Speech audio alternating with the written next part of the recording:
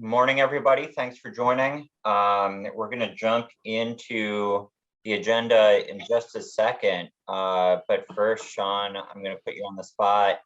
You have some news to share.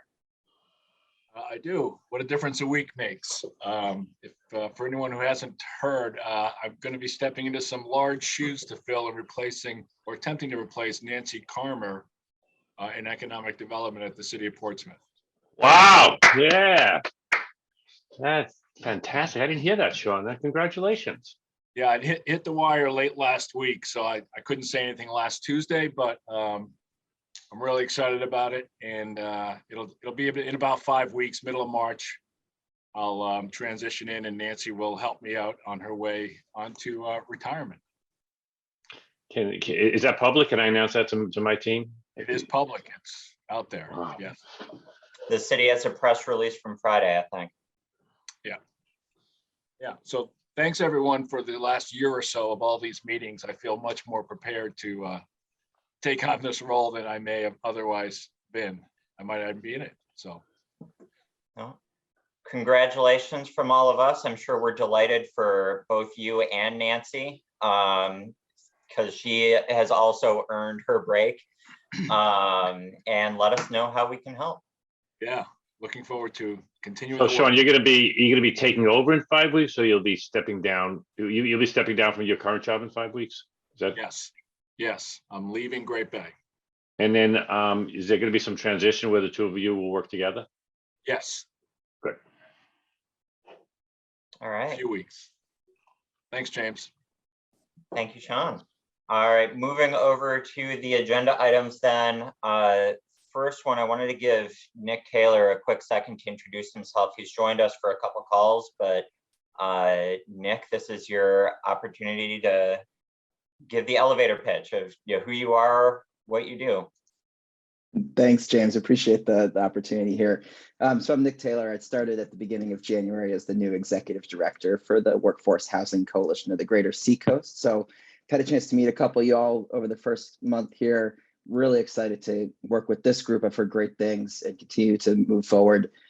I know a lot of you know our organization. Sarah Reitzman's on. She spent 4 great years as our executive director. So I got big shoes to fill here, but we're just really looking forward to continuing to work on such a crucial issue here. And we serve most of Stratford County and Rockingham County, so right in the heart of the Seacoast here. So thanks, James. Yeah. So on that note, I'm going to hand things over to the rest of our team to do most of the talking this morning. But we had identified on that list of projects that we wanted to circle back to sort of in the administrative, what can we just get done under that general project line. The Regional Housing Needs Assessment project that the Regional Planning Commissions have been working on for several months at this point and are going to continue to work on over the course of the year. So I think I'm handing things over to Nancy and Sarah. Is that right? Jen first. Jen first. I got the overview. and Tim Roach will jump in here as well on the overview. So we, for the first time in forever, have a lovely chunk of funding to prepare our regional housing needs assessments. This is not just Stratford and Rockingham planning commissions. This is all 9 regional planning commissions in the state. Commissioner Caswell and the now OPD staff had worked to put together a proposal to go for ARPA funds for all 9 regional planning commissions to prepare our housing needs assessment updates. And in this kind of contract that we all have, it took a bit of a broader view at housing needs. We're looking at the Council on Housing Stability's work and trying to tie into that and their strategic planning objectives that they have identified. We're also looking at fair housing as a broader component of the housing needs assessment as well. So as you might know, the regional planning commissions were tasked with preparing a housing needs assessment every 5 years under state statute. It's typically more of a statistical analysis of supply and demand. What do we have for housing in the region, and what do we need for housing in the region? And so this go around, like I mentioned, we're taking that broader look. We're also working in collaboration. So those things that where we can kind of build some economy of scale amongst the regions, we're doing so. So for example, on the data analysis side, we have a data team that has taken, with representatives of all 9 regions, has taken the various different items. It's just as easy for one region to pull all 234 municipalities in the state versus just their own within the region. So we're trying to build those economies of scale. So it'll allow us more time to get out and talk to our communities, talk to residents, talk to businesses, and truly understand what some of the challenges are and what some of those opportunities might be for meeting our regional housing needs. We're all kind of rapidly planning for a kickoff in the next couple weeks. And I know that Sarah and Nancy will talk about that a little bit more. As part of that, we are preparing a couple different surveys that will go out to larger audiences. One is more of a general survey, and then the other is more targeted to employers. So we're really trying to get at the heart of the issue. And then the other piece that we're building into the housing needs assessment this go around is a toolkit. So what are those ways that we collectively can work to meet our housing needs and kind of have the housing that our communities and our businesses and our residents need? Tim, do you add anything else from the high level? No, I mean, the little soapbox I always get on with this is that what I don't want to come out of this is what I've seen come out of this in the past, which is communities sort of pointing the finger at each other. Right. And I'm hopeful that this time when we produce the product, there is a component that says, maybe it does make more sense for Exeter to carry a heavier burden, in Portsmouth to carry a heavier burden, and not so much for Kensington or Newton, where the infrastructure just isn't there to support the density.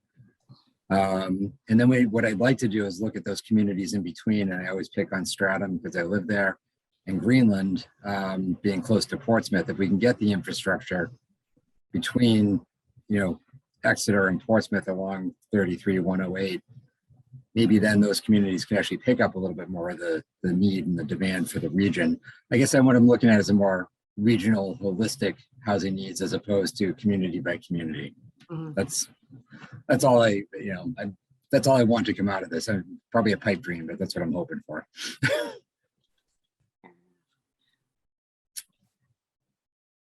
All right. So I think at this point, we're going to pass it over now to Nancy and Sarah, who are going to talk a little bit about some of our outreach plans, and they would love your feedback.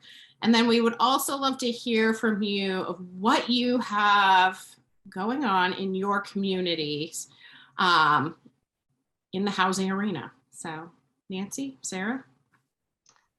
Thanks, Jen. Yeah, I can start, and then Nancy and also Natalie has been heavily involved in the survey work as well. So I'll start by just kind of giving a brief overview of what the outreach and survey groups have been working on. And then Nancy and Natalie, if you guys have any other comments or questions to add, please feel free to jump in at any point. So what Tim just said was, again, what Jen just said is a great introduction, but I am going to take it back like maybe 10 steps from where Tim was just talking as well.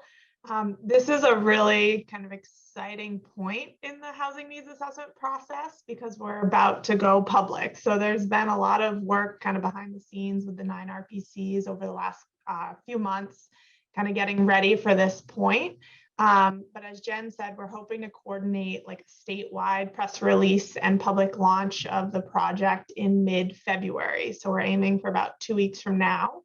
The goal with that like statewide launch is to have all 9 RPCs ready with kind of a general community survey that's going to be launching online. So on like projects, RPC project specific web pages. We're hoping to coordinate a single state web page, which will link to all 9 RPCs housing needs project pages. So the purpose of that is, if you're spreading the word within your community and you send the link to someone who's not really sure exactly what planning commission they should be responding to or providing feedback to, hopefully this kind of state project page will disseminate kind of what direction they should go in and which RPC they should be filling out surveys for and things like that. So that's the hope for mid-February. We have been working kind of diligently on creating survey questions for not only a general public community survey, but also various kind of stakeholder surveys / questionnaires, depending on the stakeholder that might impact kind of whether we're sending an online survey versus reaching out one-on-one for focus group type question settings or interview type questions. And we're hoping that kind of in mid-February, we'll be ready with this general community survey, which will be, an online survey that's going to be consistent across all 9 RPCs. So we'll have about, I think it ended up being about a dozen questions plus a demographic section that's going to be the same questions that all 9 RPCs are going to be asking on this general community survey. And then each RPC has the option to add additional questions that are regional specific. So we're hoping to kind of collect like a statewide general survey, which will be informing the state, not just individual RPCs, and we can kind of collaborate all that data together. We're also going to be coming out with an employer survey, which is going to be really important with this group, and I'm going to ask for kind of some discussion on how you all think that we should best approach kind of spreading the word for that survey. And then we're also going to be releasing a kind of municipal representatives questionnaire, I guess like interview form that we've been working on, which will also be important to this group. Some of you guys might get tagged to participate in one-on-one interviews or focus groups to help us answer some of that information. So that's kind of the first round of stakeholder engagement that we're working on. And then there's going to be a second round, which will be specifically looking at property managers, developers, and then social service providers as well. So working on engaging with those groups through, like I said, surveys, interviews, focus groups, that type of outreach. So with all that said, I think a couple of things that this group could think about and discuss this morning is one, if you guys have any recommendations as to how to spread the word about just in general about the project, but then specifically this employer survey, which will be launching, if anyone has any recommendations of, groups that we should be specifically engaging with or how we, can best get the word out within that group. And then if you guys have any questions about the survey or about the launch of the whole project and the surveys, happy to answer those. And Natalie and Nancy, if you guys have anything that you want to add, feel free to jump in. Just, I think, awesome, Sarah. I think that covers pretty much everything, but we definitely would love to hear from you guys if you think there's specific groups that we're missing that we haven't identified yet, that you may know of or think of in your own communities. That would be really helpful. Yeah, and I just wanted to add that for the employer survey, right now, the plan that we have is to distribute it via the BIGS list that we call the businesses in good standing that the Secretary of State has provided. So that's one way that we're thinking, but open to any other ideas that you may have. And I just saw a comment in the chat about what about reaching out to colleges and universities? That's definitely one that the outreach subcommittee has been discussing a little bit, and we haven't really been sure exactly like the best way to approach that. We've discussed that there's a need and that could provide us with some really great information. So that's one, if anyone has any suggestions of, who at local colleges and universities or what direction we should be engaging with them? Warren, I saw your hand first, and then Robin, I see you as well. Great. This is great. Getting the surveys out. As far as universities, first of all, employers are surveyed out. There's no question about it. We did 3 surveys so far since the beginning of the pandemic at the SBDC, and steadily it's the open rate kind of dropped with the last one. It didn't drop to a point where it wasn't valid. It was still a very valid survey. We had over 1,000 respondents, but that's out of 6,000 businesses on our database. So, housing is an issue that I think you can get some response from, because I don't think that's been over-surveyed.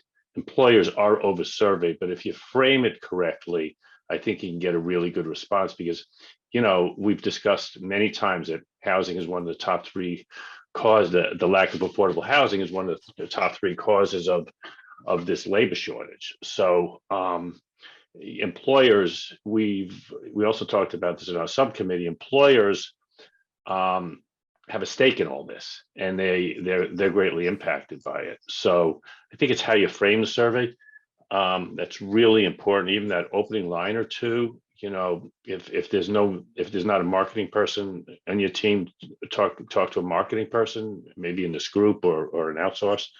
As far as universities go, UNH at UNH, the SBDC is the business resource at UNH. So we've by far have the greatest communication out there in the small business community. I think that you certainly want to engage us in any survey that you send out, but you also want to engage the SBA, you want to engage SCORE, you want to engage every chamber in the region, have them get in, and many employers are going to get multiple requests for this. So you just have to kind of go with the punches on that. So those are some ideas. Yeah, and I think in the universities, if you're looking to reach the students as well, probably trying to find the student life coordinators or your graduate program coordinators, or to whatever extent those exist. Maybe if there's like a general alumni association as well. Because I know when I was an undergrad, my general alumni association was hounding me with emails from my freshman orientation because they wanted to make sure that I joined when I graduated, if not before. Robin?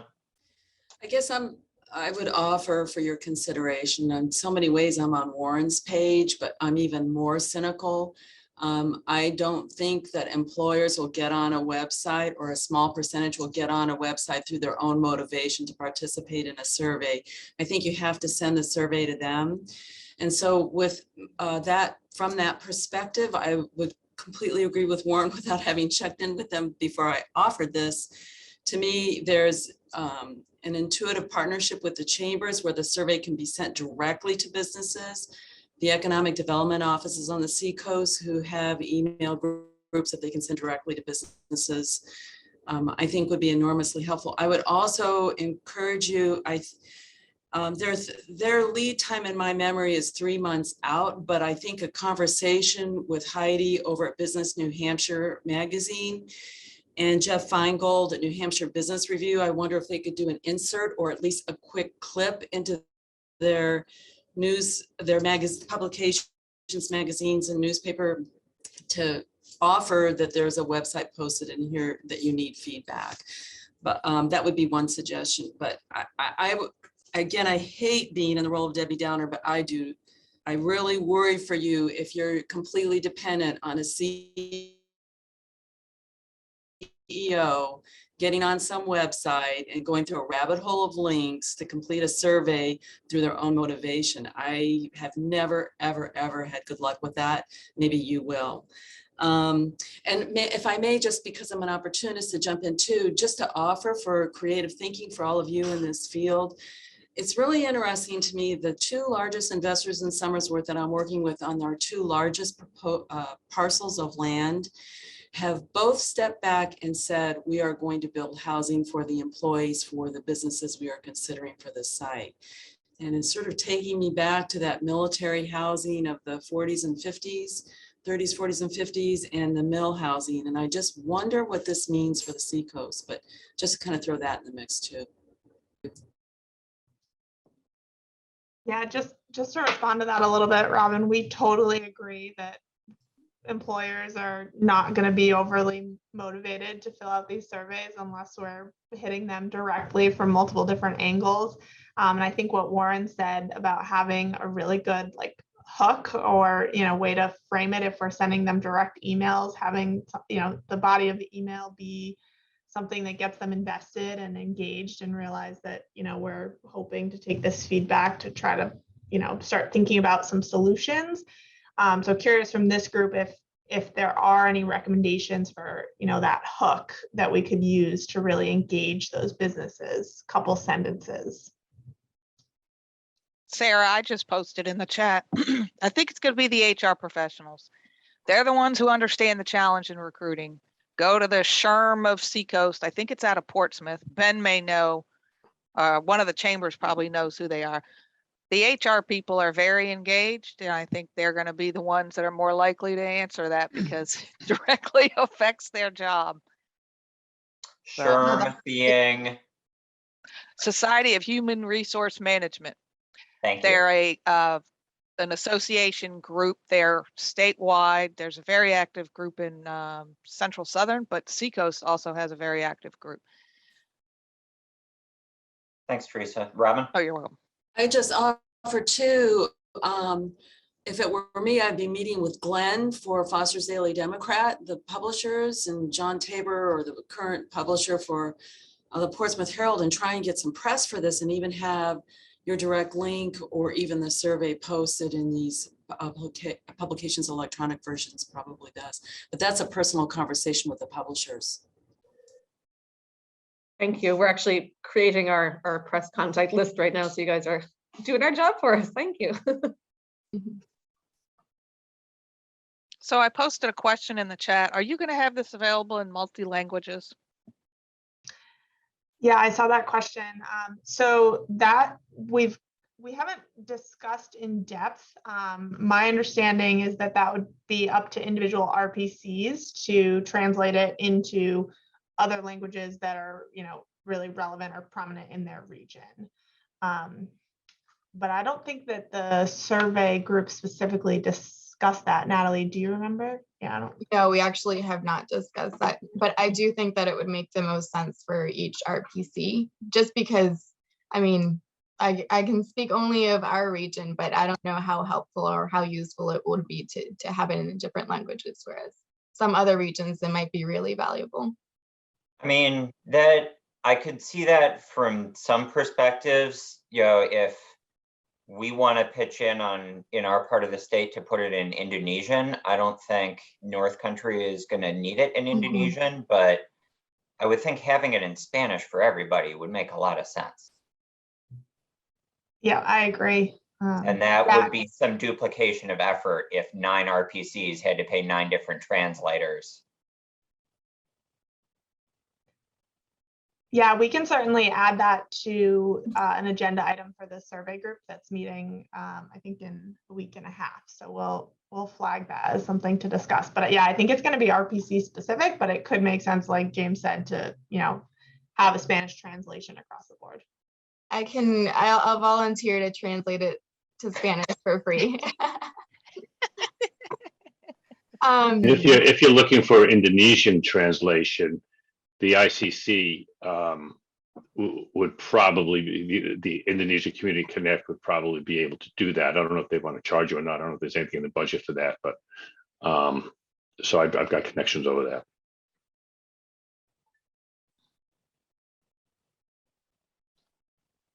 And just to add to the business survey, I was just going to say before that we created their survey keeping in mind that businesses are surveyed out and that businesses will not engage if it's a long survey. So we tried to keep it really, really short, really to the point, and kind of speaking to that hook that you were talking about to help businesses understand why this is important to them. We did add just a couple of sentences at the beginning of the survey explaining why it impacts them and why it's important for them. So I don't know, Warren, I don't want to give you homework, but I think it would be great if you could take a look at it. You have a really good sense for the business community. So if you want to look at it before we send it out, I'm happy to send that to you, and any comments or feedback is welcome.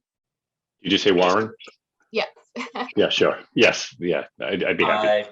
We had a couple questions come into the chat. So Charlie was asking whether there was going to be a qualitative component, and I think you mentioned some key informant like stakeholder interviews. So could you talk a little bit more about what the plan is for those? Yeah, I actually should have said that too.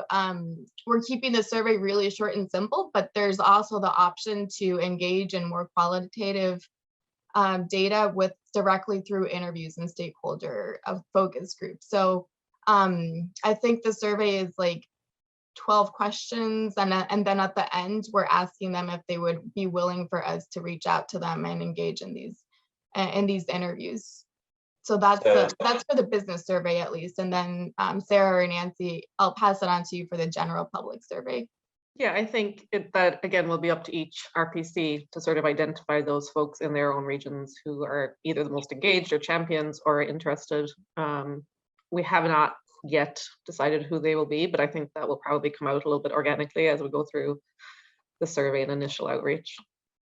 And I'll throw in that, you know, just generally when we're trying to get to the fair housing component, that stakeholder interviews are going to be very critical for kind of sussing out what's important. Just generally kind of networking with the smaller organizations, the service sector, and setting up those small conversations is the best way to engage those target audiences.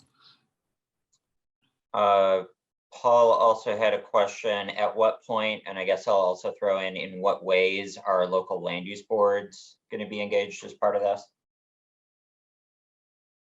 I can take that one. So we've created a municipal representatives, we're calling it questionnaire, which kind of is applicable for municipal staff, municipal committees, municipal boards, and planning boards, local land use boards. Those are envisioned to be one-on-one interview type settings or small focus groups. And those are asking questions that are very community specific. So that will likely be outreach, individual RPCs will be directly contacting our local communities to see, how many people are willing to be involved. I'm imagining that we're probably not going to be engaging with every single one of our communities in this one-on-one format, but we'll likely be selecting like a really good sample and trying to engage with as many as are willing to take the time and sit down with us. And I think in a lot of situations, having done that for economic development outreach and things like that, generally speaking, the boards and communities that are interested in being engaged, there's no trouble in accommodating them because very frequently, those decisions are made by who responds or who says, I want my voice to be heard and who doesn't. So if you think your community wants their voice to be heard, just make sure you reach out and I'm sure you'll be on the list. Paul, follow up?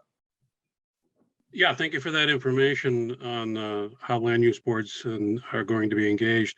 I only want to caution or preface that timing with them is probably going to be important. It's not only important to get their perspectives through a survey, but also just informing them again of the process and what this is all about. Basically, echoing what Tim said earlier, that the focus of this is a little bit different. It's not a finger pointing community by community effort. It's truly or intended, as I heard, to be a regional assessment. And if you wait till after all things are said and done, and then, oh, by the way, let's talk to the land use boards, they'll feel already singled out and possibly alienated, particularly those who were around when the last assessment occurred. So I just caution you that the timing and message to them is going to be important, because obviously, ultimately, they're the ones that are going to have to change in many respects. So be cautious. Yeah, thank you for that, Paul. And they are included in our kind of first round. So hopefully we'll be engaging with them late February, early March, really early in the process.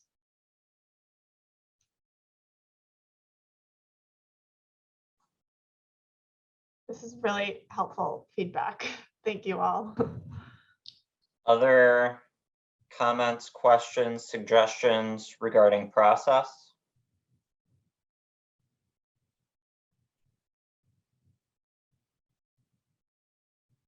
Seeing none, I'll ask the last question that we had again, because Robin, you mentioned something in passing and just sort of left it hanging. So what's going on with housing in your communities, with your organizations?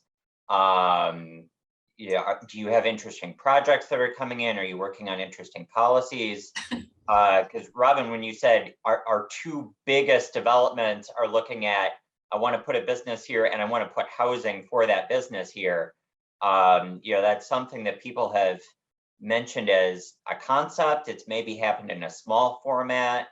But to hear you say that's an emphasis of your two biggest projects is news to me. So do you have a few more details of that you can share? Well, yes, I said it too strongly earlier. These are not projects in process, established and in process, Okay. but they are sites being evaluated by investors. Gotcha. One in particular is an enormous parcel, but it's consistent with probably at least two other fairly large parcels that those investors looking at those, not committed, not in process. A huge part of the conversation is in fact housing. And this idea, this one site that I'm thinking specifically about is with a national marketing firm now, and they have been very outspoken about the manufacturer that they envision in this site, and that in fact housing will be included. I would say Somersworth, it kind of, you've all heard this a million times, Somersworth feels very strongly they have a disproportionate percentage of middle market housing and so-called affordable housing than the other communities of the Seacoast. And I don't think there's a whole lot of enthusiasm in this city for thinking about it, middle market housing or lower than middle market housing in terms of there being a specific need for this community. Right now in this community, again, very anecdotally, everything that I see is more about middle market housing and higher end housing, that there are gaps in that in this community. So almost all of our, I would tell you, our projects that are in process, almost all of them do include what I think of as middle market housing and upper scale middle market housing, the upper end of middle market housing. And I want to tell you this one project on John Parsons, I don't know how many of you are familiar with it, the old hair shop that was completely refurbished to include, to become mixed use with housing on top. Those housing units were gone before the commercial.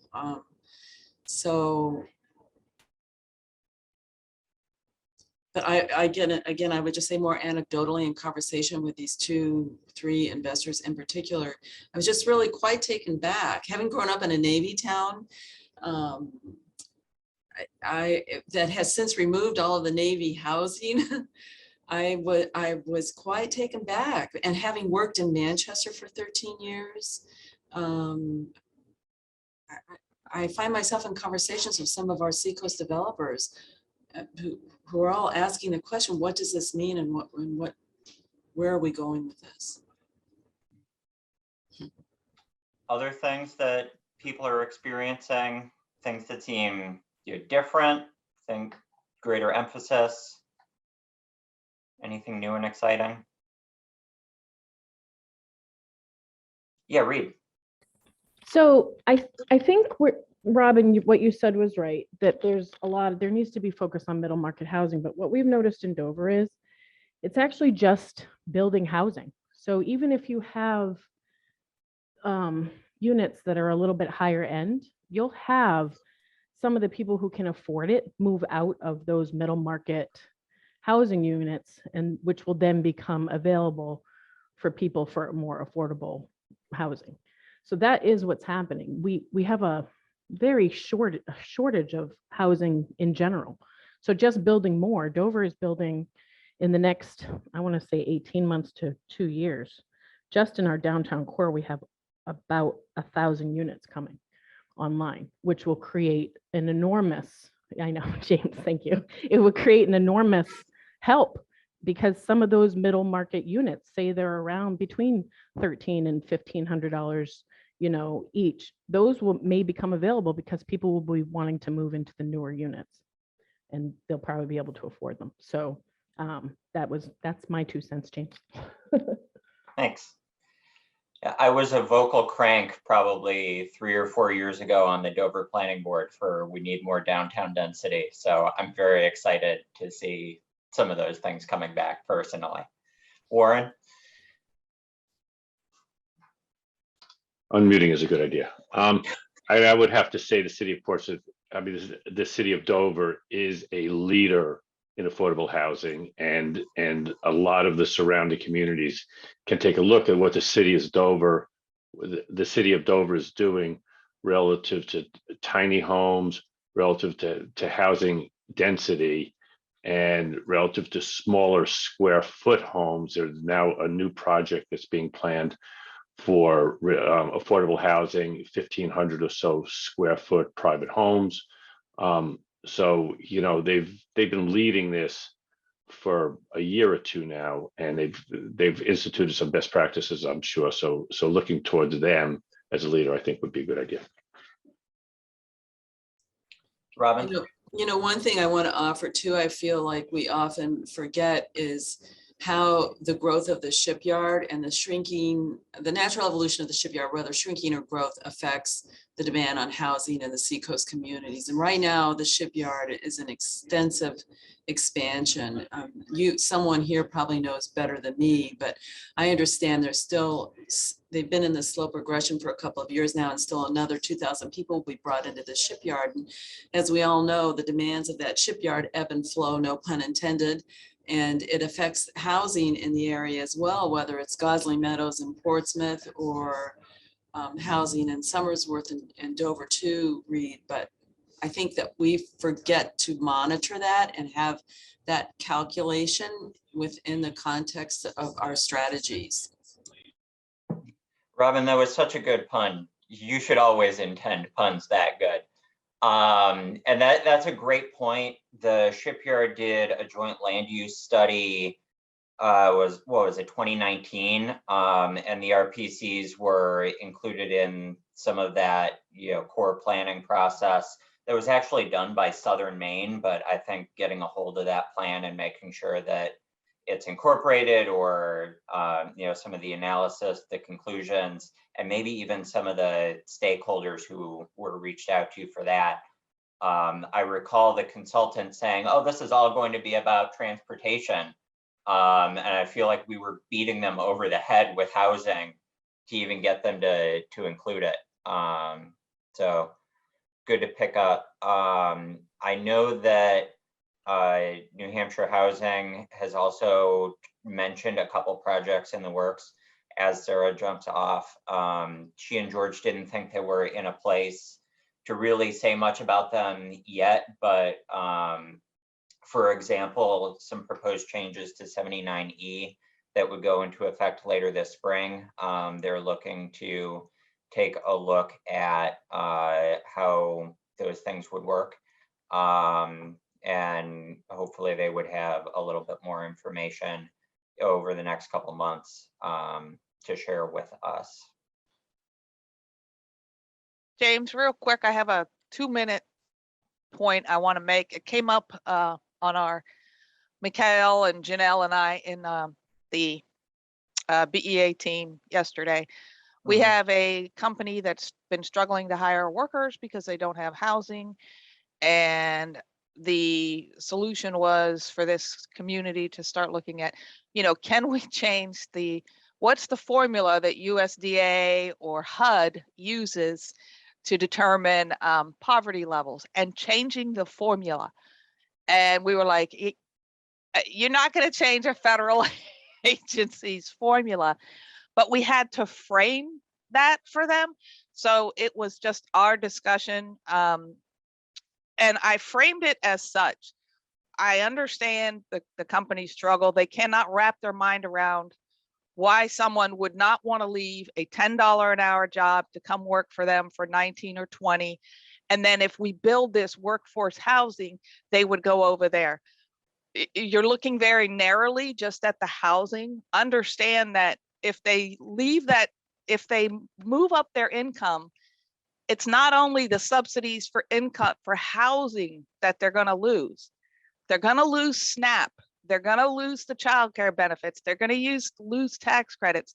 They're probably going to lose the free dental. It's the whole bundle that they have to think about. So, yeah, it's not just housing that is going to make these individuals move out of Section 8 or HUD housing and take a higher paying job. They have a lot more that's factored into those decisions. So it was just a discussion that we had, and we tried to frame it from that individual's, perspective as to if we build it, they will come. Or if we pay them twice as much, they will. Why wouldn't they take the job? Because there's a lot that goes into it. Beyond the cliff of, if my financial situation is here and my pay goes to here, so my benefits drop to zero, it nets out below where I was to start with. So it's getting over that hump. I'm interested in the reason why they were looking at trying to change the formula. Did they want to change the formula so more people would qualify for the subsidies? Was it like trying to be more inclusive and being able to build and finance more of this affordable? Right. So if you move into the apartment and you now you get no assistance, that's reported and it'll shut off all of your other benefits. But if you can change the formula, and Mikhail knows more about this because he's actually dealt with this and worked with the USDA. That was his thing. There's housing that it's 60% or 30%. There's floating scales. Mm-hmm. So they thought to kind of raise that up. So if somebody's making $19 an hour, they would still qualify for a housing subsidy. Therefore, the rest of their benefits wouldn't get shut off. You're not gonna, they all work on formulas. They're just in a very desperate situation in this community. But that's not likely to happen. So.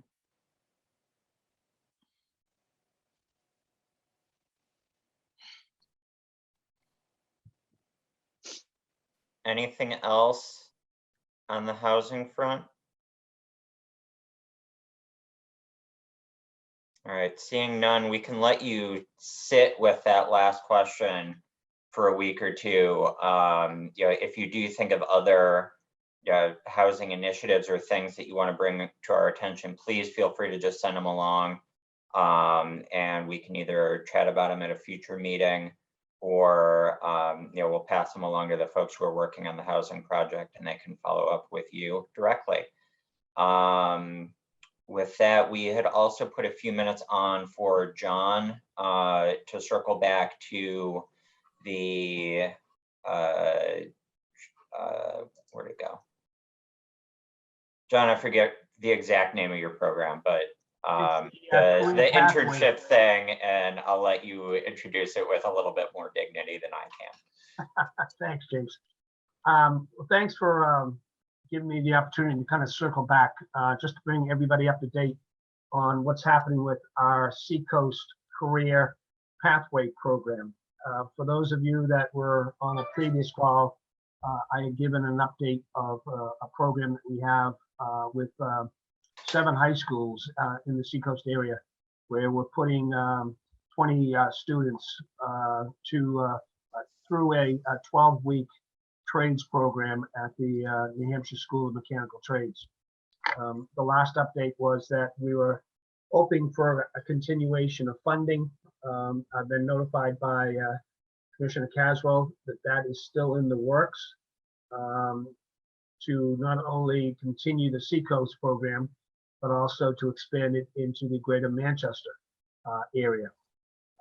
However, and I truly understand this, he had mentioned to me that things in Concord don't work as quickly as some of us would hope. So the approval process might take a little bit longer than expected. So with that, I will have been continuing to try to create what I would call collaboratives that are either directly or indirectly involved in the Career Pathway program. I have a meeting this week with Bring Back the Trades Executive Director, Steve Turner, because I think that would be a good connection to have the Career Pathway program involved in. Also, I Construct is another one. So there's things that we're continuing to do. We had to make a decision here at the Seacoast between the New Hampshire School of Mechanical Trades and the 7 high schools, that whether or not we get funding in time from Commissioner Caswell, we will continue with a spring semester, which will start at the beginning of March. We had to make a decision now because of school schedules, student schedules, transportation, class instructors at the mechanical school. So we've gone ahead and made the decision. And my chamber has committed to either come up with the funds to pay for the spring semester if the Commissioner Caswell money doesn't come in on time. And the chamber here is committed to continue the program. So saying that, what I would ask this group to consider, because I think it would carry a lot of weight in Concord, if I could get some type of support letter indicating through your organization that you know, a workforce initiative such as the one that I've presented is important to the Seacoast area. It is an initiative that we all feel important in terms of bringing in the young individual into trades. So that would be one thing that I would ask this group to consider, is some type of letter of support that I could then turn into Commissioner Caswell. I might also add that with the help of Teresa, I did also make a presentation of the Southern Central Cedar, and they too seem to be very supportive of getting Manchester involved. We've had discussions with the Manchester school system, and one of the things that we're having to address in Manchester, which we have not had to address here in the Seacoast, is transportation. It appears that students in Manchester have a serious transportation issue, even just getting back and forth to school. So that's probably going to be a major hurdle for us as we start planning to add Manchester into the program. So saying that, James had offered yesterday for me to come back on Zoom today, and also to ask this organization to provide a letter of support of this initiative. I'm more than happy to answer any questions that people might have. John, how much money are you trying to raise for Seacoast to get up off the ground for spring? 10,000. 10,000? Yeah, it'll be between 6 and 10,000. And I had to make the commitment that if I don't come up with that, then the chamber's going to pay for at least 6,000 of that. I am not a stakeholder of the Cedar, but I don't know if the Cedar would consider, was there not a little bit of money left over for the Cedar grant? Is this, just considering it? I'm just Yeah. saying. I don't know. I think the amount that we left was 7,000 and change. I don't think it was quite 7,500. So that is something that we do still have. I guess if people want to discuss that, we can discuss that. In terms of the format of a letter of support, either people could write their own letters and get them to John, or if we were to do one from the Cedar, the way we've done that in the past, somebody will draft the one common letter. Usually it's been me.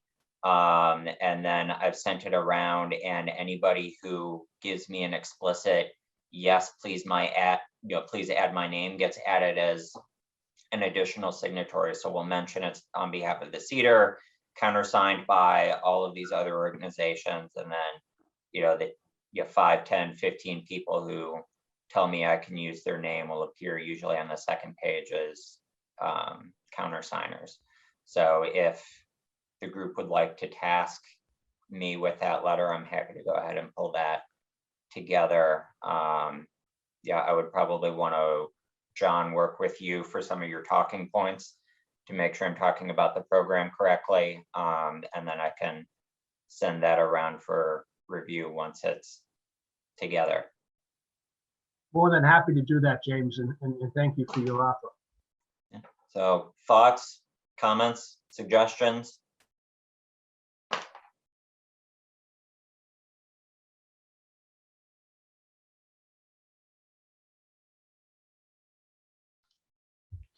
I have to run. I was just typing it in chat, but I'll just say it. I think a letter of support from all of us, signed by us, is the best way. This way, we know it's going to be done.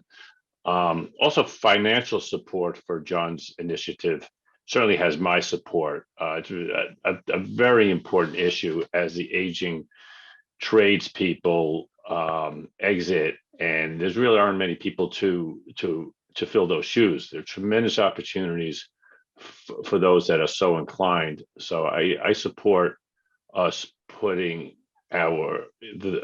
potentially the rest of our $50,000 into that, unless there's a decision made that there's a greater need for housing. So I think that would be the two competitive spaces for the rest of that money.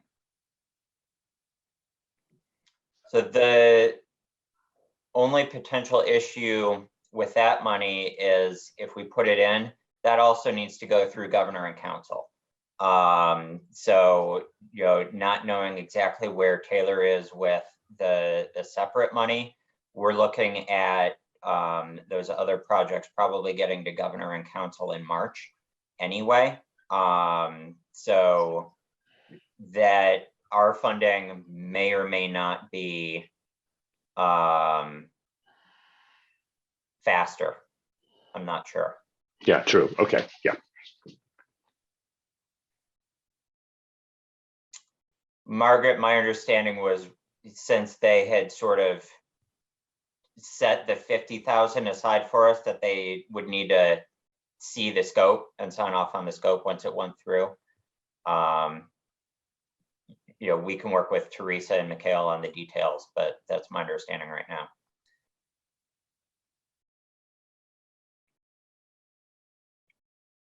So I'll get started on a letter. I'll send it around for folks. I guess hands up everybody who agrees that's a good idea. That looks like plenty of hands for me to get started. Hands up people who would want to, I guess, probably put that on an agenda for next week to chat about whether we could contribute those remaining funds to this project, or whether we would prefer to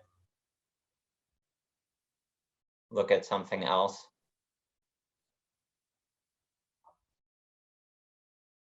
All right, I guess let's circle back to that conversation next week. And then another just sort of preview of future agendas. We had discussed that as part of SRPC's drafting process for our comprehensive economic development strategy, we sort of use this group as our strategy committee and steering committee. So we do anticipate kicking that process off in February. And we would like to have probably one agenda a month until we have that plan adopted, ideally in June, where we can check in with this group on our SEDS process. So people from outside our service area are still welcome to join those conversations. We value the input that you have, but we also understand if you are busy people and have other things to chat about, if you duck out on some of those weeks. So stay tuned for some of those. Any other comments, questions for the group before we go?